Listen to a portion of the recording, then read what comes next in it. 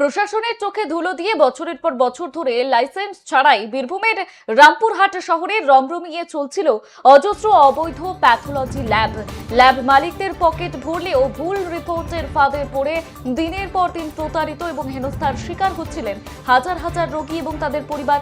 অবশেষে এই চক্রের রমরমা রুখতে কোমর বেঁধে নামল প্রশাসন। বুধবার সকাল থেকেই রামপুরহাট মহকুমার শাসক অর্থাৎ এসডিও, রামপুরহাটের সিএমওএইচ এবং রামপুরহাট থানার পুলিশ যৌথভাবে শহরের বিভিন্ন এলাকায় এক ম্যারাথন অভিযানে নামেন।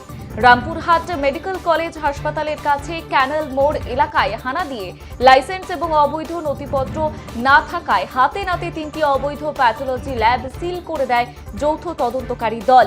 তবে প্রশাসনের সূত্রে জানানো হয়েছে, ভুয়ো এবং অবৈধ ল্যাবের বিরুদ্ধে এই কড়া অভিযান এখনই থামছে না। শহরের আরও কোথায় কোথায় এমন বেআইনি ল্যাব সাধারণ মানুষের জীবন নিয়ে ছিনিমিনি খেলছে তা চিহ্নিত করতে তল্লাশি জারি রয়েছে। প্রশাসনের এই আকস্মিক হানায় এলাকা জুড়ে ব্যাপক চাঞ্চল্য ছড়িয়ে পড়েছে।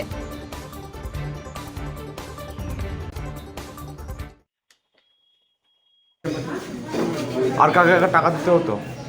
কোথাও টাকা দিতে হবে এই ল্যাব চালানোর জন্য না, কাউ করা হবে টাকা দিতে হতো না। এমনি নিজে নিজে চালাতেন? না, কাউ কোথাও টাকা কাউ কোথাও ওরকম টাকা দিইনি। চালানোর জন্য কোনো দপ্তরে টাকা লাগতো না? যেমন কোথাও স্বাস্থ্য দপ্তর বা কোথাও কেউ টাকা নিত না? কোন নেতা? না না, তো কীভাবে এত বড় থেকে চালান লাইসেন্স ছাড়া?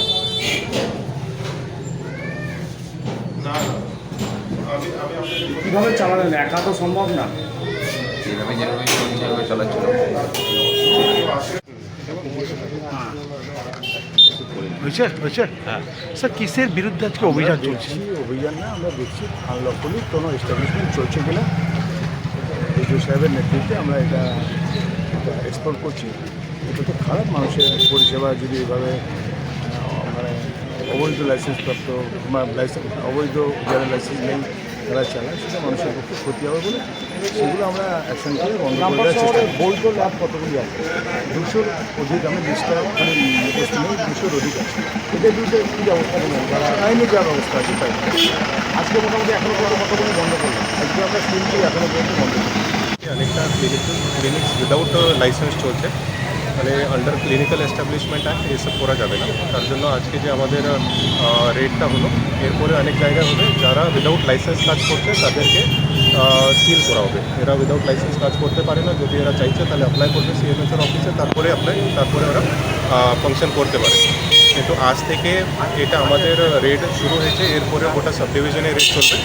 যারা বেআইনিভাবে ক্লিনিক্স চালাচ্ছে তাদেরকে বলে দেবো কি ওরা ইমিডিয়েটলি এটা বন্ধ করে যে প্রসেসটা থাকে সেভাবে ওরা অ্যাপ্লাই করে সিএমএস অফিসে চলে যাবে। তো পর্যন্ত সব বন্ধ থাকবে। ধন্যবাদ।